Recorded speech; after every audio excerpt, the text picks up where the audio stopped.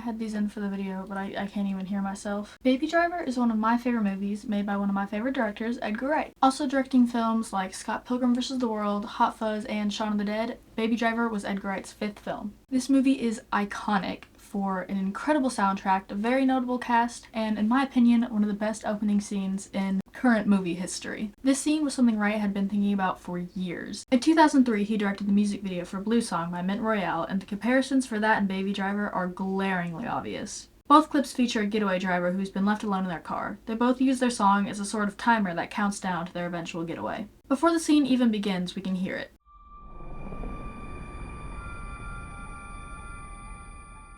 This already establishes that sound is one of the most important factors in this movie, sometimes even more important than the visuals. We later learn that our main character, Baby, has tinnitus, or ringing in the ear, and uses music to fade it out. He had an accident when he was a kid. He's still got a hum in the drum. Plays music to drown it out.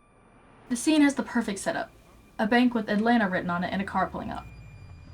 It's obvious where we are and what's about to happen. Next, we see an iPod. Other than the car, it's the first thing we see, proving its importance in the movie. Then we see who's holding the iPod. Our main protagonist, Baby. Next we see the rest of his crew, Griff, Buddy, and Darling, who all appear on beat. This is probably one of my favorite features of the whole movie, and it's that every single thing is on beat.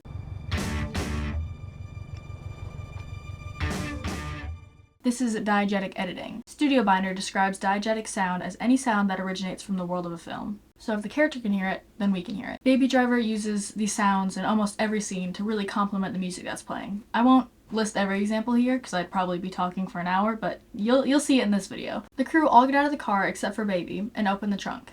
All on beat, just like I said. They walk towards the bank, and if the situation wasn't obvious before, it definitely is now. The three are about to rob the bank while Baby is their getaway driver. We get a wide shot near Baby that separates him from the crew. While the more interesting thing is happening in the bank, we see that the music is more important to Baby, so we stay with him for the scene. This not only shows that we're going to stay with him for a majority of the movie, but it also separates him from this world of crime that's going on. The music stays tense until Baby is left fully alone, and then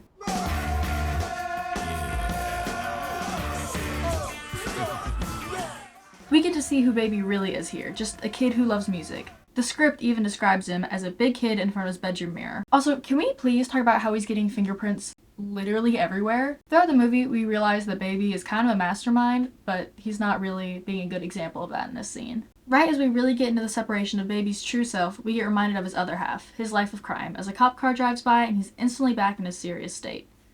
Reminding him of the robbery, he looks back over. He breaks the barrier between himself and his life of crime by lifting his sunglasses. This is the central conflict for his character, the separation from his ideal life and his life of crime. The crew run back to the car while Baby is getting ready to drive off. Griff gives Baby the okay to go ahead and drive forward, but instead, in most heist scenes, the party being chased normally goes to the left, as historically, the left is known as the bad side. This scene flips that narrative to show that Baby isn't being chased by the cops. He's almost leading them. He's the one in control and he knows it. The actual chase has 164 shots over the span of 3 minutes. The longest shot is 6 seconds and the shortest is only 4 frames long. These cuts work perfectly to the music though. Everything in this chase happens on beat.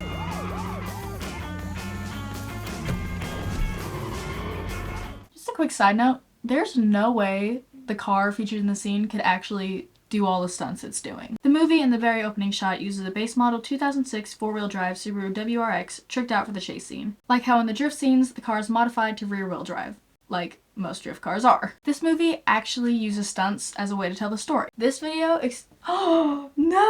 This video explains it perfectly, and I really think you should go watch it after you finish this video. Jeremy Fry was the head stunt driver in the scene and left us with these very interesting photos. Ansel Elgort actually took some stunt driving classes before the movie, but hardly ended up doing any of his own stunts. Many action movies use a lot of CGI for car chase scenes and a lot of stunt scenes, but most of the scenes in Baby Driver are actually completely practical, except for this truck.